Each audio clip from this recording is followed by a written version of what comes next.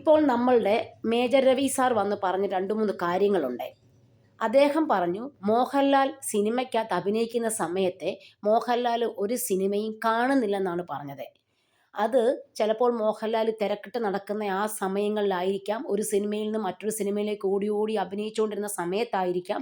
പക്ഷേ ഇപ്പോഴൊക്കെ നമുക്ക് മനസ്സിലാക്കാൻ പറ്റും, ഇത്രയും വലിയ കോടികൾ മുടക്കിയ വലിയ ബ്രഹ്മാണ്ഡ ഒരു സിനിമ ഇറങ്ങിക്കഴിഞ്ഞപ്പോൾ ഈ സിനിമയ്ക്കകത്തെ കാര്യങ്ങളൊന്നും മോഹൻലാലിന് അറിയത്തില്ല എന്ന് പറയുന്നത് ജനങ്ങൾക്കൊരിക്കലും വിശ്വസിക്കാൻ പറ്റത്തില്ല. കാരണം ഇത്രയും വലിയൊരു മൂവിയുടെ ഭാഗമായിട്ട് നിന്ന് അതിനകത്ത് എന്തൊക്കെ പോരായ്മകൾ വരുത്താം, അല്ല ഈ സിനിമ എങ്ങനെയായിരിക്കണം, ഇതിനകത്തെ കഥാപാത്രങ്ങൾ എന്തൊക്കെയാണ് അവരഭിനയിച്ചു വെച്ചിട്ടുള്ളത്, അത് മോഹൻലാലിൻ്റെ പാർട്ട് മാത്രമേ മോഹൻലാൽ അറിഞ്ഞിട്ടുള്ളൂ. ഇതൊന്നും ആർക്കും അക്സെപ്റ്റ് ചെയ്യാൻ പറ്റുന്ന ഒരു കാര്യമല്ല. ഇവിടെ മോഹൻലാൽ എന്ന നടനെ ആരും വിമർശിച്ചിട്ടില്ല.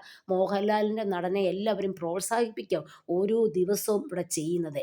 ജനങ്ങൾക്ക് അത്രത്തോളം ഇഷ്ടമാണ് അദ്ദേഹത്തിൻ്റെ അഭിനയ പാടവം.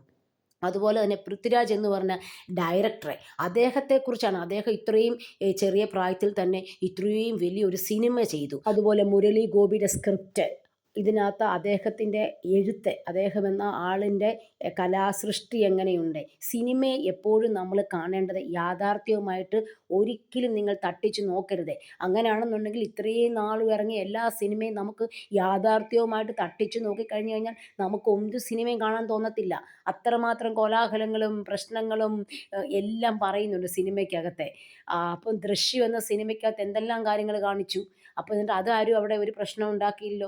ഇതെന്തിനാണ് ഈ ലോകത്തെ നമ്മൾ എന്തിനാണ് വെറുതെ അങ്ങോട്ടും ഇങ്ങോട്ടും കലഹിച്ച് ഒരു പ്രോജക്റ്റ് അല്ലെ ഒരു സിനിമ ഇറങ്ങിക്കഴിയുമ്പോൾ എന്തെങ്കിലും ഒരു നല്ല കാര്യങ്ങൾ സംഭവിച്ചു കഴിയുമ്പോൾ അതിനെതിരെ കുറേ ആൾക്കാർ വന്ന് അതിനെ നശിപ്പിക്കാൻ ശ്രമിക്കുകയാണ് ചെയ്യുന്നത്.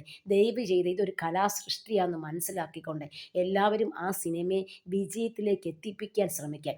ഇനിയും ദയവ് ചെയ്തൊരു റിക്വസ്റ്റ് ഉണ്ട്, ആരും ദയവ് ചെയ്ത ഈ സിനിമയെക്കുറിച്ച് വന്ന് മോഹൻലാൽ ഈ പടം കണ്ടിട്ടില്ല എന്നൊക്കെ പറയുന്നത് മഹാബെട്ടിത്തരമാണ്.